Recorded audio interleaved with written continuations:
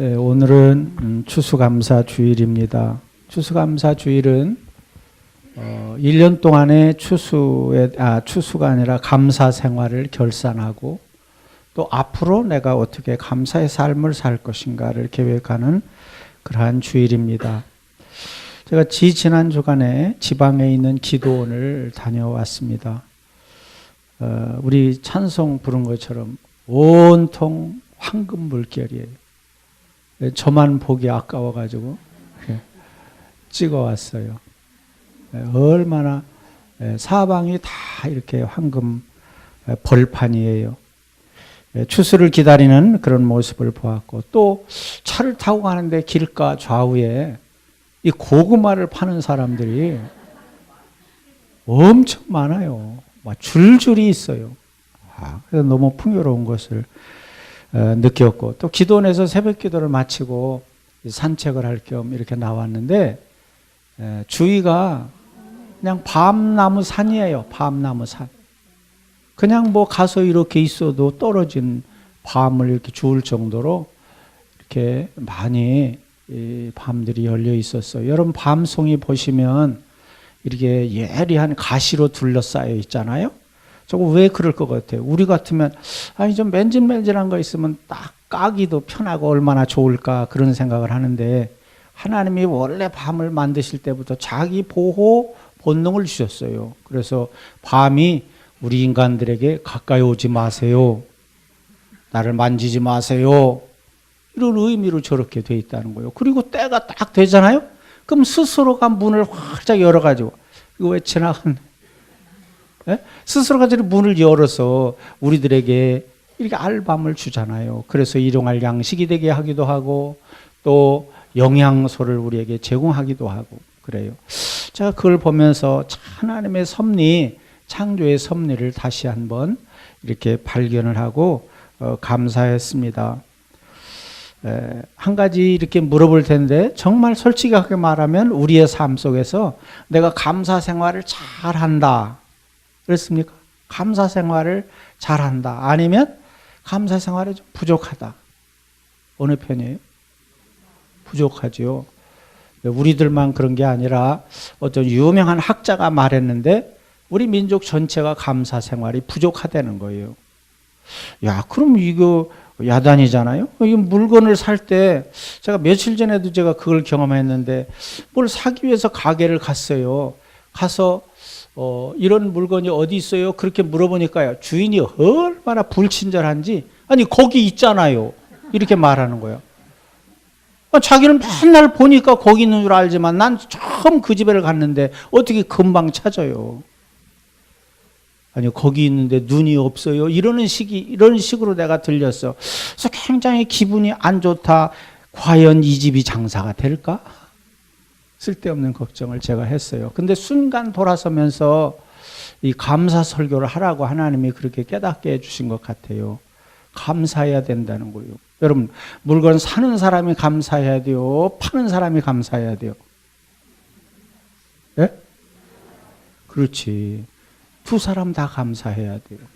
만약에 그 집에서 그 물건을 진열해놓고 팔지 않는다고 한다면 물건을 살 수가 없잖아요. 그러니까 기분은 나빠도 내가 그 사람으로부터 친절을 사기 위해서 간 것이 아니잖아요.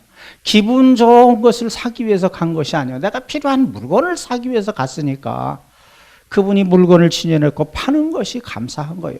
그러니까 우리도 감사해야 되고, 혹시 여러분 중에 장사하는 분들이 있으면 또 오세요 이런 인사는 가능하면 안 했으면 좋겠어요. 그냥 감사하다고 인사하는 게 얼마나 좋아요. 또 오세요 그러면 자기 위주에 의해서만 인사하는 거잖아요. 기도원에 가서 아침에 새벽 기도를 마치고 식사 시간을 기다리는데, 우리는 이제 식사 시간이 굉장히 빨라요. 새벽 기도하고 이렇게 집에 가면 바로 준비해가지고 바로 먹어요. 근데 거기는 아침 시간이 굉장히 늦더라고요. 그래서 야, 이게 시간이 맞지 않으니까 우리 밖에 나가서 좋은 공기도 쏘이고 가다 보면 뭐 어디 식사하는 데가 있겠지 하고 나왔어요. 나왔는데 가다가 다 이렇게 산 모퉁이를 돌아서는데 편의점이 있어요. 편의점. 근데 그 편의점이 도저히 이해가 안 가는 거예요. 보통 편의점이면 어디에 있어야 돼요? 주택가에 있어야 되는 거 아니에요? 난 잘 몰라서 여러분에게 물어보는 거예요. 어디 있어야 돼요? 주택이 많은 데 있어야 될 거 아니에요. 그리고 뭐 위치를 본다고 하면 사거리 뭐 등에 있거나 이래야 되잖아요. 사방이 다 산이에요. 길 하나밖에 없어. 근데 그 좌측에 편의점이 있는 거예요. 그래서 야, 우리 한번 여기 들어가 보자. 들어가 봤어요. 그랬더니 야, 그 안에 별의별로가 다 있더라고요. 가서 김밥을 사가지고 김밥을 샀는데 그걸 데우는 데가 있어 또. 그리고 또 그걸 먹을 수 있도록 작은 식탁도 있어요. 편의점 너무 잘하는데 내가 괜히 이런 걸 설명을 하나. 저는 이제 뭐 물건을 가서 잠깐 사본 적은 있지만 그런 건 처음이에요. 가서 먹는데 주인에게 내 관심은요, 이 장사가 안 되는 것 같으니까 걱정스러운 거예요. 그래가 주인에게 물어봤어요. 그랬더니 이분은요, 물어보지 않은 얘기까지 다 하는 거야. 언제부터 이 가게를 시작했고, 심지어는 자기 남편하고 이렇게 떨어져 사는 것까지 얘기를 해. 물어보지도 않았어. 근데 그런 것까지도 다 얘기를 해. 그래서 내가 걱정이 돼가지고 저 도시락, 김밥 저거 팔다 남으면 회사에 반납하나요? 아주 전혀 상식이 없이 그렇게 물어본 거죠. 근데 반납할 수가 없다는 거예요. 자기가 다 손해봐야 된다는 거예요. 근데 그분은 손해본다 소리를 안 해. 개도 있고 고양이도 있고. 그래서 어차피 개나 고양이 키우려면 사료값이 들어가는데 막 이런 거로 다 해요. 그래도 남으면 동네 강아지한테 다 주고 이렇게 한다는 거예요. 그런데 자기 혼자 하기 때문에 힘은 들지만 참 이렇게 일할 수 있다고 하는 거 얼마나 감사하냐고. 정말 할만하다고 이렇게 말해요. 얼마나 감사해요. 난 그러면서 그분한테 감사를 배웠어요. 제가 서울 사람도 만나보고 안산 사람도 만나보고 그랬지만 요즘 하는 일이 잘 됩니다. 할만합니다. 이런 사람을 만나본 일이 없어. 근데 하나님은 거기까지 가가지고 이 감사하다고 말하는 사람을 만났어요. 환경적으로 볼 때는 전혀 감사할 뿐이 아니야. 그런데도 감사하는 모습을 볼 때 내가 다 감사했어. 그래서 이 가게가 우리 동네에 있으면 거기 한 번 더 가고 싶은 마음이 그렇게 들었어요. 여러분, 왜 우리가 감사를 표현하는데 인색할까요? 인색한 이유는 감사의 훈련을 받지 않았기 때문에 그래요. 그래서 하나님이 이런 절기를 허락하시고 우리들에게 감사의 절기를 지키라고 말한 것 같아요. 여러분, 감사하지 않는 것도 하나의 습관이에요. 습관은 무엇에 의해서 되어지는 거예요? 훈련에 의해서 되어지는 거예요. 그러니까 우리가 감사하지 않고 살아왔어. 그렇기 때문에 감사 생활을 하지 않는다 하는 거예요. 그래서 감사는 법을 배워야 되고 훈련을 해야 되고 또 스스로 자기가 감사 생활을 점검해야 돼. 그래서 이 감사 절기가 필요한 것입니다. 감사는 마치 꽃과 같아요. 꽃은 어떻게 돼요? 잘 가꾸면 가꿀수록 아름다운 꽃이 피잖아요. 물도 주고 거름도 주고 또 가지도 쳐주고 이렇게 할 때 아름다운 꽃이 피는 것처럼 마찬가지로 우리도 감사하는 훈련을 해야 된다. 그래서 하나님께서 범사에 감사하라 이렇게 했습니다. 그러면 왜 훈련까지 하면서 감사를 해야 되는가? 그 이유를 하나님 말씀하셨잖아요. 데살로니가전서 5장 16절 18절에 항상 기뻐하라, 쉬지 말고 기도하라, 범사에 감사하라. 이것이 그리스도 예수 안에서 너희를 향한 하나님의 뜻이라는 거예요. 그러니까 기쁘게 살고 기도하며 살고 감사하며 사는 것이 누구의 뜻이에요? 하나님의 뜻이란 말이에요. 근데 이 하나님의 뜻이라고 하는 것이 그냥 하나님이 그렇게 생각한다고 하는 것이 아니라 우리 몸속에 그렇게 살도록 창조를 하신 거예요. 여러분, 이것을 현대의학이 증명하고 있잖아요. 의사들이 말하기를 현대인들이 스트레스에 시달린다. 그리고 또 우리가 또 실제 삶 속에서 그걸 느껴요, 안 느껴요? 느끼잖아요. 직장 생활하면서 사업하면서 많은 스트레스에 시달리고 있잖아요. 근데 의사들이 말하기를 이 스트레스를 이길 수 있는 명약이 있다는 거예요. 명약. 그게 뭐예요? 감사라는 거예요. 감사. 이거는 목사가 한 얘기가 아니에요. 의사가 한 얘기예요. 그래서 우리가 작은 일에도 감사를 하게 되면 우리 몸 안에서 호르몬이 분비가 되는데 우리가 자는 엔도르핀이라든가 세로토닌이라든가 이런 호르몬이 우리 안에서 분비가 되는데 이런 것은 우리 몸에서 어떤 일을 하느냐? 면역력을 키워주는 거예요. 면역력 중요하잖아요. 면역력을 키워주고 병을 낫게 하고 또 마음에 평강을 누리게 해주는 그런 호르몬이라는 거예요.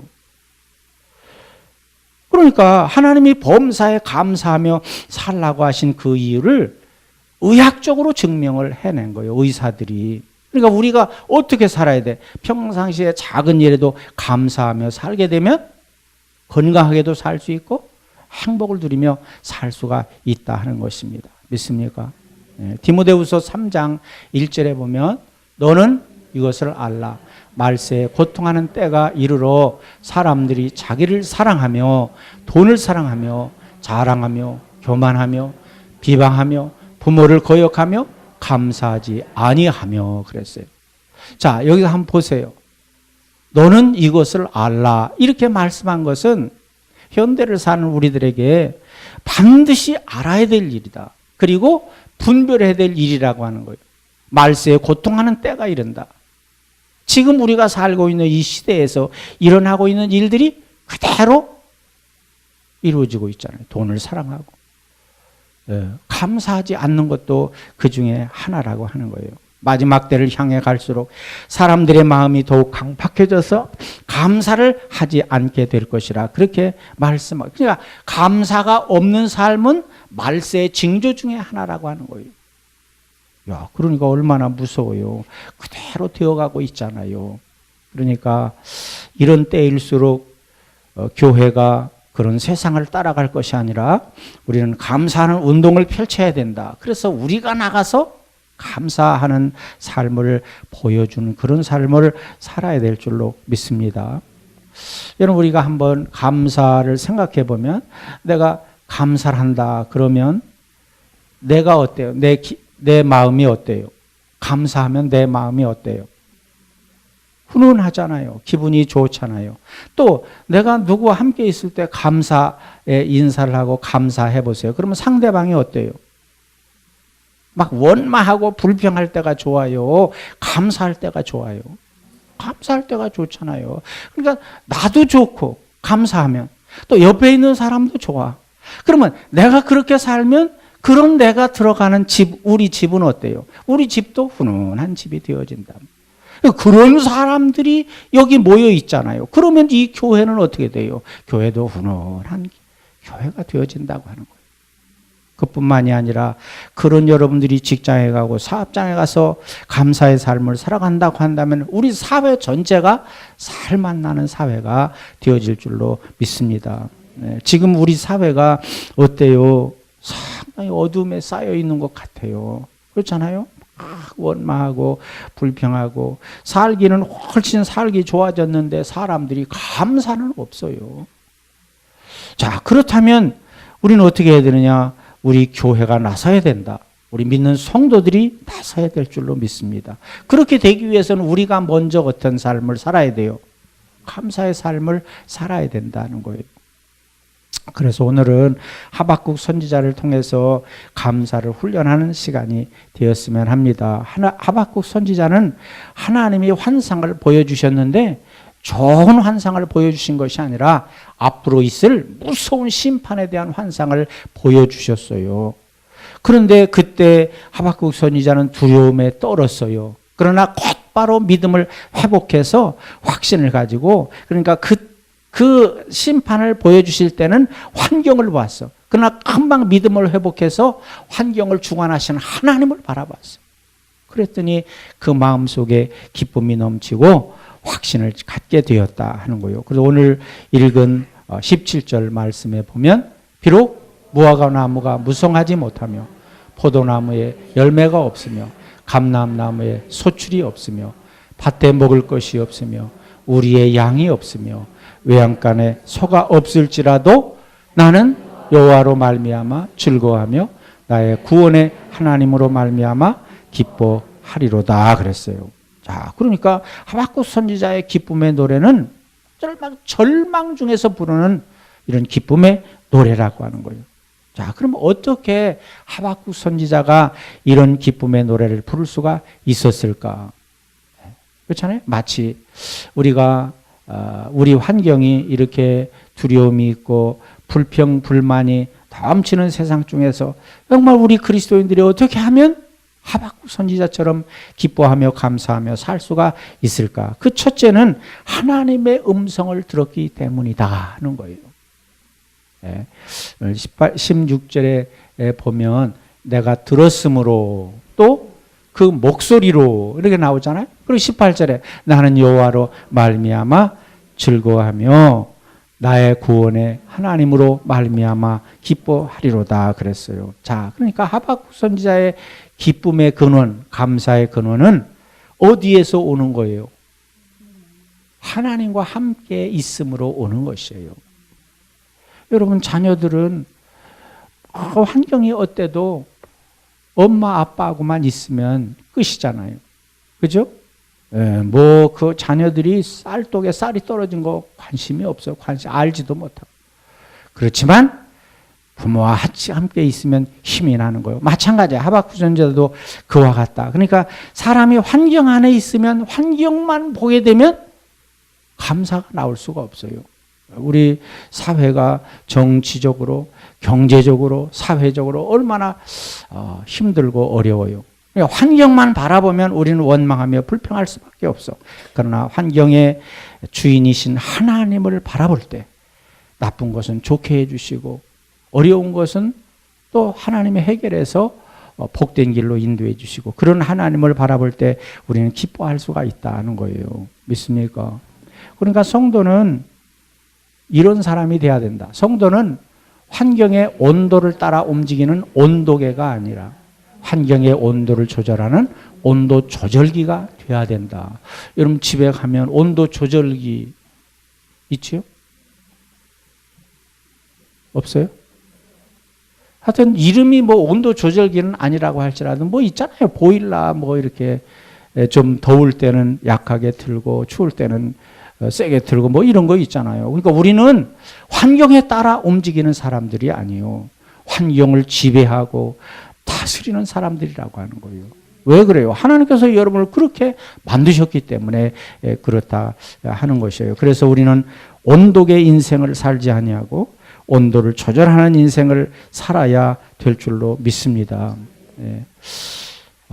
근데 하박국 선지자는 하나님의 음성을 들었는데 오늘날 세상 사람들은 어떤 소리를 듣기를 원해요? 뉴스에 보니까 아이돌 그룹에 방탄소년단이라는 그룹이 있대요.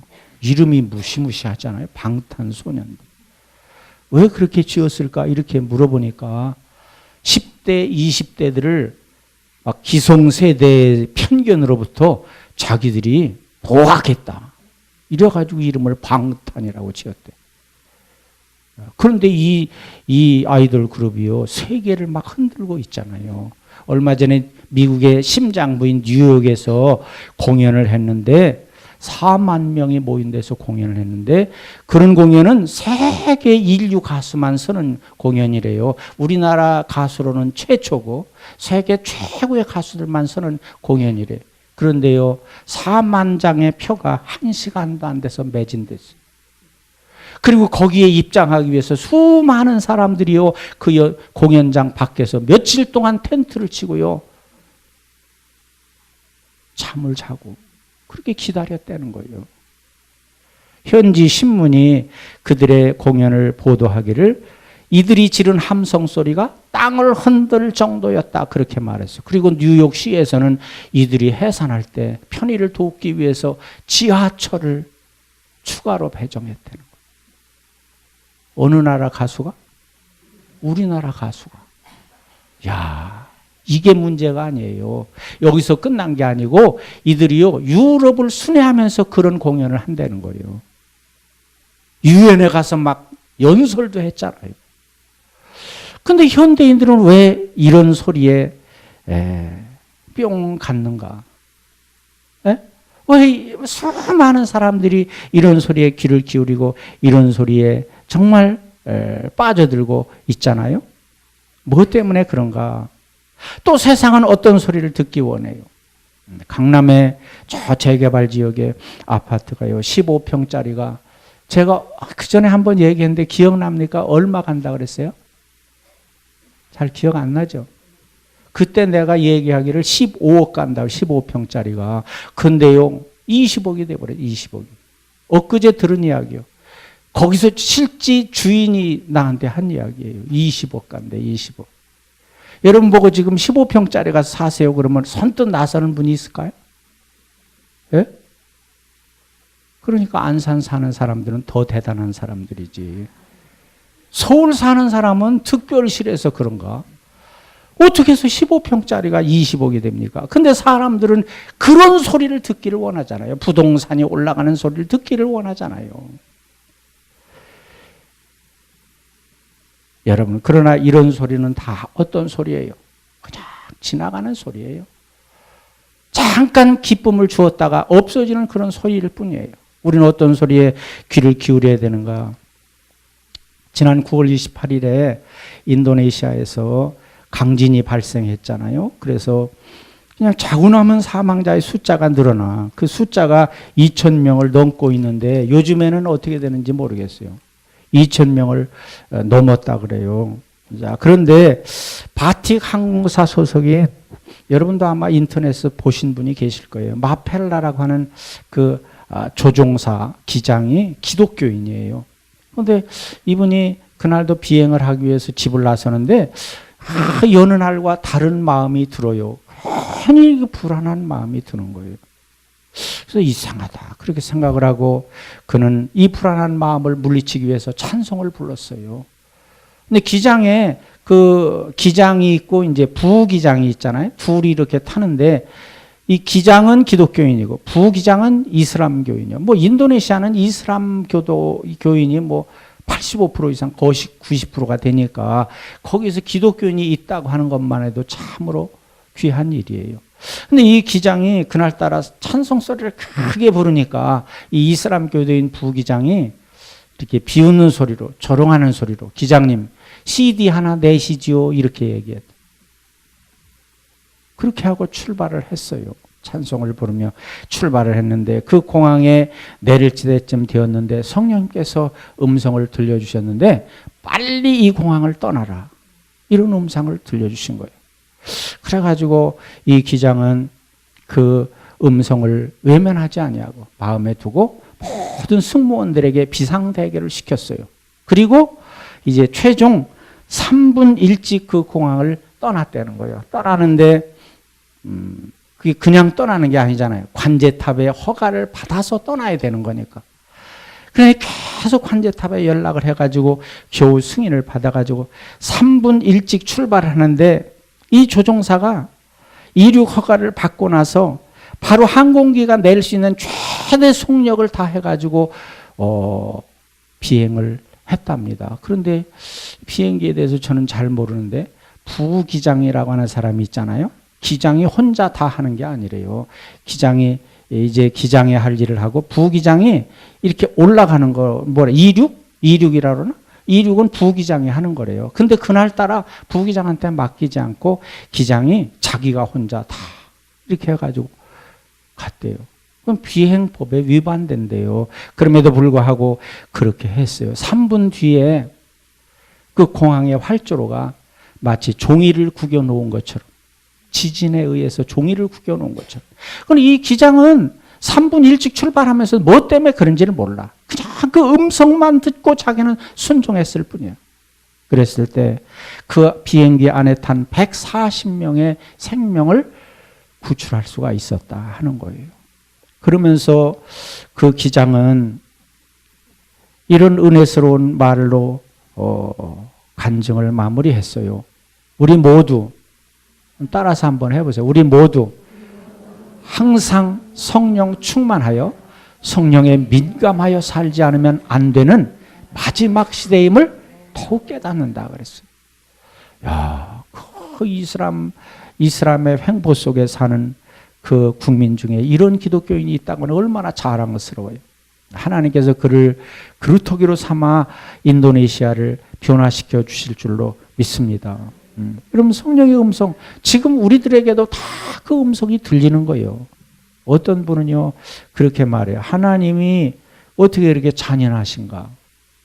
왜 그 사람에게만 들려주고 다른 사람에게는 안 들려줬는가? 이렇게 말해요.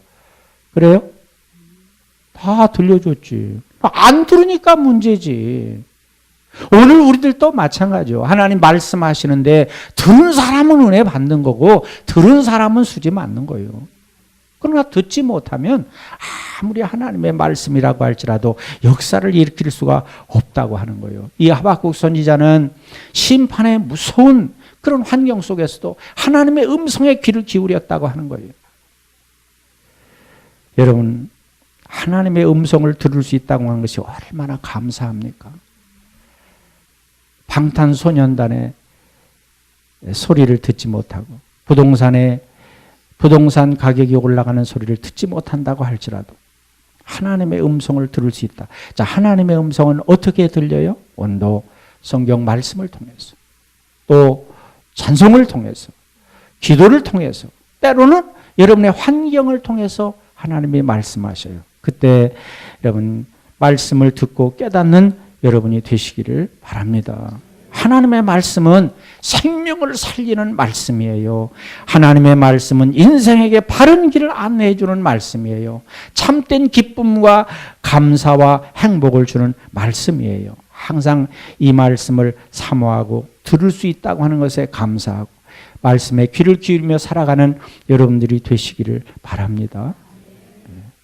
감사합니까? 하나님 음성의 귀를 기울여야 돼.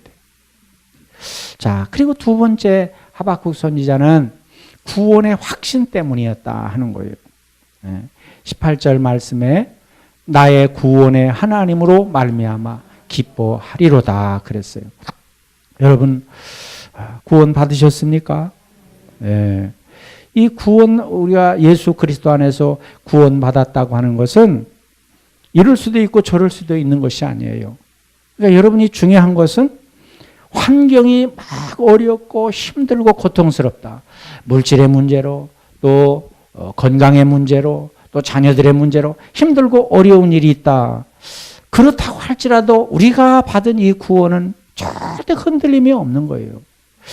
많은 분들이 여기에 속아 넘어가요. 환경이 막 파도가 치고 태풍이 불고 그러면 우리의 구원도 막 흔들린다 막 왔다 갔다 한단 말이에요. 자, 이것이 문제다.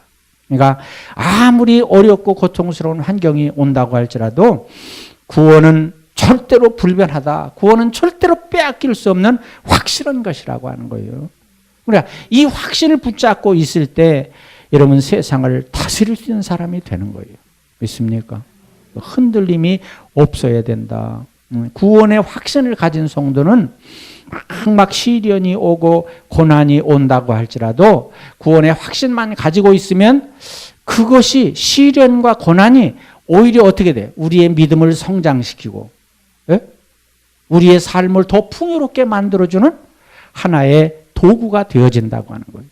여러분 바다에 떠 있는 배는 바람이 적당히 뭐 태풍 뒤집는 태풍 같은 거는 안 되겠지만 적당한 바람이 불어야 앞으로 갈 수 있잖아요.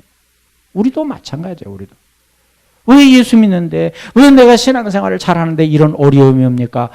그런 소리를 하면 그거는 아주 초신자 어린아이의 신자는 그렇게 말할 수 있어요. 그러나 우리 정도 되면 그런 말을 해야 되는 것이 아니라 오히려 이 환난과 고통과 역경의 파도를 타고 우리는 앞으로 전진한다. 이런 믿음을 가져야 된다. 그러니까 구원의 확신은 그런 복을 여러분에게 주는 줄로 믿습니다. 그러니까 구원받은 성도는 어디서나 하나님과 함께 하는 거예요. 하나님이 함께하면 하나님이 여러분을 도와주지요. 제가 어렸을 때 얘기를 한번 여러분에게 한 것 같은데 시골에서 살면 우리는 정말 시골 중에 시골에서 살았기 때문에 전기도 없지요. 그리고 집도 아이고 왜 그렇게 사는지 모르겠어. 기왕이면 동네에 이렇게 같이 붙어서 짓고 그러면 좋은데 집 여기 하나 있으면요 산을 넘어야 또 하나의 집이 있어요. 그러니까 어렸을 때 막 늦게까지 놀고 싶고 그렇잖아요. 노를 때는 좋은데 이게 집에 갈 때가 문제예요. 집에 갈 때가.